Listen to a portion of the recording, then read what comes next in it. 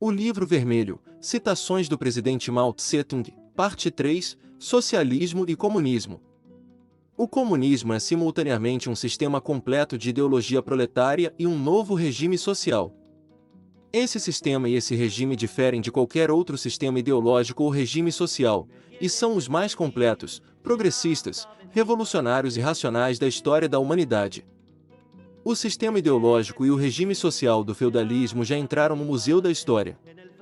O sistema ideológico e o regime social do capitalismo também se converteram já numa peça de museu, em certa parte do mundo, na União Soviética, enquanto que nos demais países se assemelham a um moribundo que declina rapidamente. Tal como o sol por detrás das montanhas do Ocidente. Em breve entrarão igualmente no museu.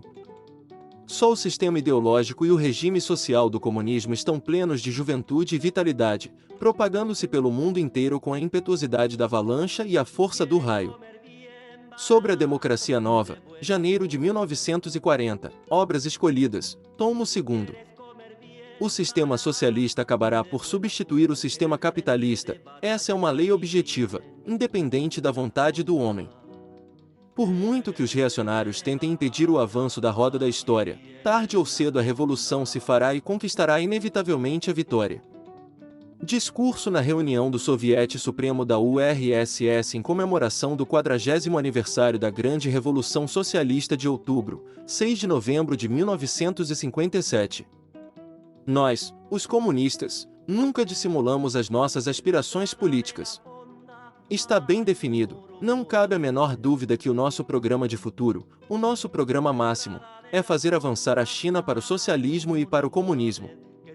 Tanto o nome do nosso partido como a nossa concepção marxista do mundo apontam inequivocamente para esse ideal supremo de futuro, para esse ideal incomparavelmente belo e radioso. Sobre o governo de coalizão, 24 de abril de 1945, Obras Escolhidas, tomo 3º.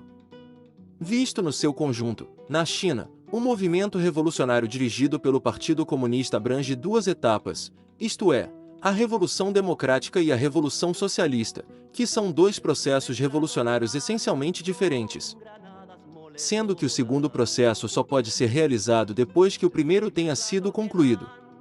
A Revolução Democrática é a preparação necessária para a Revolução Socialista, e a Revolução Socialista é a tendência inevitável da Revolução Democrática. O objetivo último por que se batem todos os comunistas é a instauração definitiva de uma sociedade socialista e comunista. A Revolução Chinesa e o Partido Comunista da China, dezembro de 1939, Obras Escolhidas, tomo 2º. A Revolução Socialista visa a libertação das forças produtivas. A transformação da propriedade individual em propriedade coletiva socialista na agricultura e no artesanato, e a transformação da propriedade capitalista em propriedade socialista na indústria e no comércio privados, provocarão inevitavelmente uma libertação considerável das forças produtivas. Assim, ter-se-ão criado as condições sociais para uma tremenda expansão da produção agrícola e industrial. Discurso na Conferência Suprema de Estado, 25 de janeiro de 1956. Atualmente, nós realizamos uma revolução não apenas no sistema social, transformação da propriedade privada em propriedade pública, mas também na técnica, transformação da produção artesanal em grande produção mecanizada moderna. Essas duas revoluções estão ligadas entre si. Na agricultura, dadas as condições do nosso país, a cooperativização deve preceder o emprego das grandes máquinas. Nos países capitalistas, a agricultura desenvolve-se numa via capitalista. Assim, em nenhum caso devemos tratar a indústria e a agricultura, a industrialização socialista e a transformação socialista da agricultura, como duas coisas separadas e isoladas, e de nenhuma maneira devemos destacar uma e rebaixar a outra. Sobre a questão da cooperativização agrícola, 31 de julho de 1955.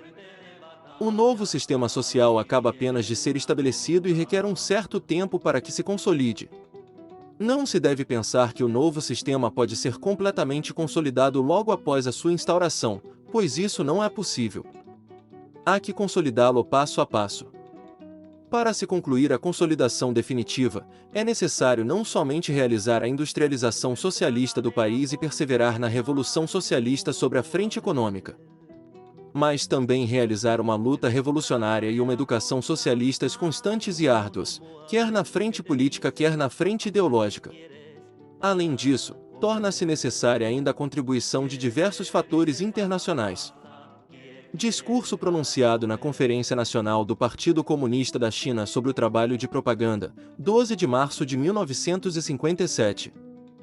No nosso país, a luta para consolidar o sistema socialista, a luta que decidirá da vitória do socialismo ou do capitalismo, há de estender-se ainda por um longo período histórico.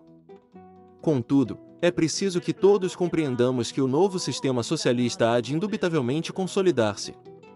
Nós poderemos seguramente construir um Estado socialista dotado de uma indústria, agricultura, ciência e cultura modernas. E Biden. São muito poucos os intelectuais hostis ao nosso Estado. Eles não gostam do nosso Estado de ditadura do proletariado, e suspiram pela velha sociedade. Sempre que surge uma oportunidade, fomentam desordens, tentam derrubar o Partido Comunista e restaurar a velha China. Entre a via proletária e a via burguesa, entre a via socialista e a capitalista, esses indivíduos obstinam-se em querer seguir a última via. Como na realidade tal caminho é impossível, eles estão efetivamente prontos a capitular frente ao imperialismo, feudalismo e capitalismo burocrático. Tais indivíduos encontram-se nos círculos políticos, industriais, comerciais, culturais, educacionais, científicos, tecnológicos e religiosos, e são reacionários em extremo. E Biden. O problema sério é a educação dos camponeses. A economia camponesa é dispersa e a socialização da agricultura, a julgar pela experiência da União Soviética, requererá muito tempo e um trabalho minucioso. Sem socialização da agricultura não pode haver socialismo completo, consolidado. Sobre a ditadura democrática popular, 30 de junho de 1949, Obras Escolhidas, tomo 4. Nós devemos ter confiança em que, primeiro, as grandes massas camponesas estão dispostas a avançar passo a passo, sob a direção do partido, pela via do socialismo. Segundo, o partido é capaz de dirigir os camponeses ao longo dessa via. Esses dois pontos constituem a essência da questão e a corrente principal. Sobre a questão da cooperativização agrícola, 31 de julho de 1955. Nas cooperativas, os órgãos dirigentes devem assegurar, no seu seio, a predominância dos camponeses pobres atuais e dos novos camponeses médios da camada inferior, tendo como força auxiliar os antigos camponeses médios da camada inferior e os antigos ou novos camponeses médios da camada superior. Só assim se poderá, em conformidade com a política do partido, alcançar a unidade entre os camponeses pobres e médios, consolidar as cooperativas, expandir a produção e realizar corretamente a transformação socialista de toda a zona rural. Do outro modo, a unidade entre os camponeses médios e pobres é impossível, assim como é igualmente impossível a consolidação das cooperativas, a expansão da produção e a transformação socialista da totalidade das regiões rurais. Nota introdutória de que maneira o controle da Cooperativa Agrícola de Produção de Wutan, Cantão de Gaoshan, Distrito de Changsha, passou dos camponeses médios aos camponeses pobres, 1955, o auge socialista nas regiões rurais da China. É essencial unirmos-nos aos camponeses médios. Seria um erro não agir assim. Mas em quem deve apoiar-se a classe operária e o Partido Comunista nas regiões rurais, para conseguir-se a unidade com os camponeses médios e realizar-se a transformação socialista da totalidade do campo? Seguramente em mais ninguém a não ser nos camponeses pobres. Foi o que passou quando se desencadeou a luta contra os senhores de terras e se realizou a reforma agrária, sendo igualmente esse o caso hoje, ao travarmos a luta contra os camponeses ricos e demais elementos capitalistas, a fim de realizarmos a transformação socialista da agricultura. Nesses dois períodos revolucionários, os camponeses médios vacilaram na fase inicial. Só depois de verem claramente a tendência geral dos acontecimentos e a aproximação do triunfo da revolução é que os camponeses médios se colocaram do lado desta. Os camponeses pobres devem agir entre os camponeses médios e conquistá-los, de maneira que a revolução possa ampliar-se dia a dia, até a vitória final. Nota introdutória à lição da Cooperativa dos Camponeses Médios e da Cooperativa dos Camponeses Pobres no Distrito de Fuan, 1955, o auge socialista nas regiões rurais da China. Existe uma séria tendência para o capitalismo entre os camponeses abastados.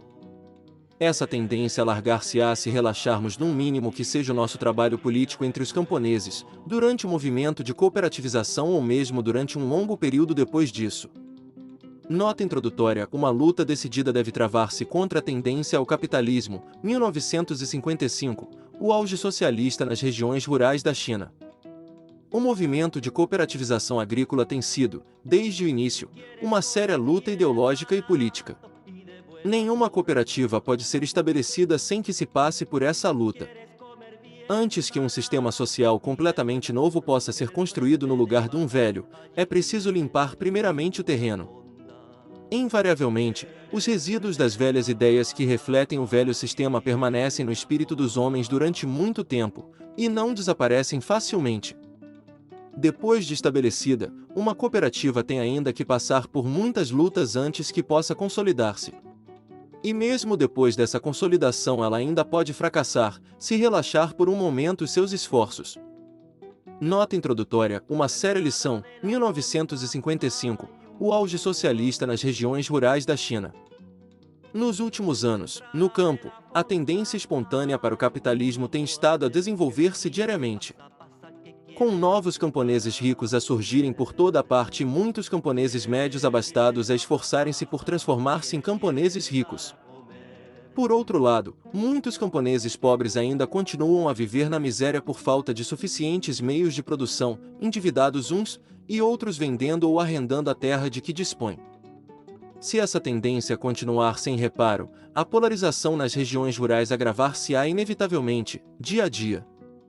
Os camponeses que perderam a terra e os que ainda continuam na pobreza queixar-se-ão de nada termos feito para salvá-los da ruína ou para ajudá-los a vencer as dificuldades.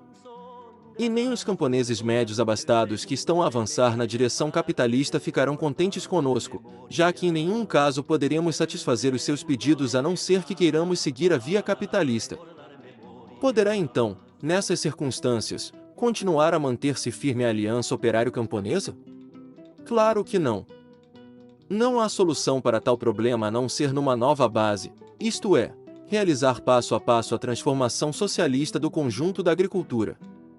Juntamente com a realização gradual da industrialização socialista e da transformação socialista do artesanato, do comércio e da indústria capitalistas. Por outras palavras, isso significa realizar a cooperativização e eliminar a economia dos camponeses ricos e a economia individual nas regiões rurais, de tal maneira que toda a população do campo se sinta conjuntamente mais desafogada. Nós sustentamos que essa é a única via para consolidar a aliança dos operários e camponeses. Sobre a questão da cooperativização agrícola, 31 de julho de 1955. Por planificação geral nós entendemos uma planificação que toma em consideração os interesses dos nossos 600 milhões de habitantes. Ao elaborarmos os planos, gerirmos os negócios ou pensarmos nos problemas, devemos partir sempre do facto de que a China tem uma população de 600 milhões de indivíduos, em caso nenhum devemos esquecer esse ponto. Sobre a justa solução das contradições no seio do povo, 27 de fevereiro de 1957. Além da direção do partido, há um fator decisivo que é a nossa população de 600 milhões. Maior população significa um maior fermento de ideias, maior entusiasmo e maior energia. Nunca as massas populares estiveram tão inspiradas, tão combativas e ousadas como hoje. Apresentação de uma cooperativa, 15 de abril de 1958. Entre as características dos 600 milhões de chineses destaca-se o facto de estarem na pobreza e em branco. Aparentemente isso é uma coisa má, mas na realidade é uma coisa boa. A pobreza provoca o desejo de mudança, de ação e revolução, e de uma folha de papel em branca é possível pintar os mais frescos e belos caracteres, os mais frescos e belos quadros. E Biden. Na China, depois da vitória da revolução à escala nacional e depois da solução do problema da terra, continuarão ainda a existir duas contradições fundamentais. A primeira, de ordem interna, é a contradição existente entre a classe operária e a burguesia. A segunda, de ordem externa, é a contradição entre a China e os países imperialistas. Assim, depois da vitória da Revolução Democrática Popular, o poder de Estado da República Popular dirigida pela classe operária não deve ser enfraquecido, mas sim reforçado. Relatório apresentado na segunda sessão plenária do Comitê Central eleito pelo 7º Congresso do Partido Comunista da China, 5 de março de 1949, obras escolhidas, tomo 4. Então não querem abolir o poder de Estado? Sim, queremos, mas não precisamente agora. Agora ainda não podemos fazê-lo. Por quê? Porque o imperialismo ainda existe, porque a reação interior ainda existe, e porque as classes ainda existem no nosso país. A nossa tarefa atual é reforçar o aparelho de Estado do povo, sobretudo o Exército Popular, a Polícia Popular e os Tribunais Populares, a fim de consolidar a defesa nacional e proteger os interesses do povo. Sobre a ditadura democrática popular, 30 de junho de 1949, obras escolhidas, tomo 4. O nosso Estado é uma ditadura democrática popular dirigida pela classe operária e base na Aliança Operário-Camponesa. Para que essa ditadura? A sua primeira função é reprimir as classes e os elementos reacionários, bem como os exploradores que no nosso país resistem à Revolução Socialista, reprimir aqueles que tentam sabotar a nossa construção socialista, quer dizer, resolver as contradições internas, entre nós e os nossos inimigos. Por exemplo, prender, julgar e condenar certos contra-revolucionários, bem como privar por certo tempo os senhores de terras e os capitalistas burocráticos do direito a voto e liberdade de palavra, tudo isso entra na esfera da nossa ditadura. Para manter a ordem pública e salvaguardar os interesses do povo, é igualmente necessário exercer a ditadura sobre os ladrões, burlões, assassinos, incendiários, bandas de malfeitores e outros elementos perniciosos que alteram seriamente a ordem pública. A segunda função dessa ditadura é proteger o nosso país da subversão e da possível agressão pelos inimigos exteriores. Nesse caso, a tarefa da ditadura é resolver a contradição externa entre nós e o inimigo. O objetivo de tal ditadura é proteger todo o nosso povo de maneira que este possa devotar-se ao trabalho pacífico e à transformação da China num país socialista dotado de uma indústria, uma agricultura, uma ciência e uma cultura modernas. Sobre a justa solução das contradições no seio do povo, 27 de fevereiro de 1957. A ditadura democrática popular necessita da direção da classe operária porque esta é a classe que possui a visão mais ampla, é a mais desinteressada e a mais consequentemente revolucionária. Toda a história da revolução prova que, sem a direção da classe operária, a revolução fracassa, enquanto que, com tal direção, ela triunfa. Sobre a ditadura democrática popular, 30 de junho de 1949, obras escolhidas, tomo 4. A ditadura democrática popular baseia-se na aliança entre a classe operária, a classe camponesa e a pequena burguesia urbana, mas sobretudo na aliança operário-camponesa. Pois essas duas classes constituem 80 a 90% da população chinesa. Essas duas classes são a força principal para a derrocada do imperialismo e dos reacionários do Kuomintang. A transição da democracia nova ao socialismo depende sobretudo da aliança dessas duas classes. E Biden. A luta de classes, a luta pela produção e experimentação científica são os três grandes movimentos revolucionários para a construção de um poderoso país socialista. Esses movimentos constituem a garantia segura de que os comunistas se livrarão da burocracia, evitarão o revisionismo e o dogmatismo, e permanecerão para sempre invencíveis. Eles são uma garantia segura de que o proletariado será capaz de unir-se às grandes massas trabalhadoras e realizar uma ditadura democrática.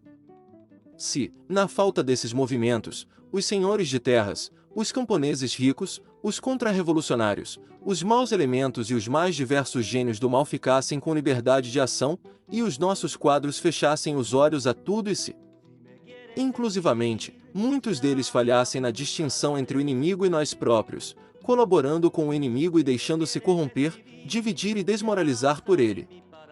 Se os nossos quadros fossem arrastados dessa maneira para o campo inimigo ou se este conseguisse infiltrar-se nas nossas fileiras, e grande número dos nossos operários, camponeses e intelectuais fossem deixados sem defesa contra as táticas sutis e violentas do inimigo, não se passaria muito tempo, apenas alguns anos ou uma década, ou quando muito algumas décadas. sem que se produzisse fatalmente uma restauração contra-revolucionária à escala nacional, transformando-se o Partido Marxista-Leninista num partido revisionista ou fascista, e o conjunto da China mudaria de cor. Citado em O Pseudo-Comunismo de Khrushchev e as lições históricas que ele dá ao mundo, 14 de julho de 1964. A ditadura democrática popular implica dois métodos. Com relação aos inimigos, usa o método ditatorial, isto é, durante o tempo que seja necessário, não lhe permite que tomem parte em atividades políticas e compele-os a obedecer às leis do governo popular e a entregar-se ao trabalho, de maneira que, por meio do trabalho, se transformem em homens novos. Com relação ao povo, pelo contrário, ela não usa o método da compulsão mas sim o da democracia, quer dizer, há que deixá-lo participar nas atividades políticas, sem compeli-lo a fazer isto ou aquilo, mas antes empregando o método da democracia, educando e persuadindo. Discurso de encerramento pronunciado na segunda sessão do primeiro Comitê Nacional da Conferência Consultiva Política do Povo Chinês, 23 de junho de 1950. Dirigido pelo Partido Comunista, o povo chinês está realizando um vigoroso movimento de retificação, a fim de, sobre uma base mais firme, fazer avançar rapidamente o socialismo na China.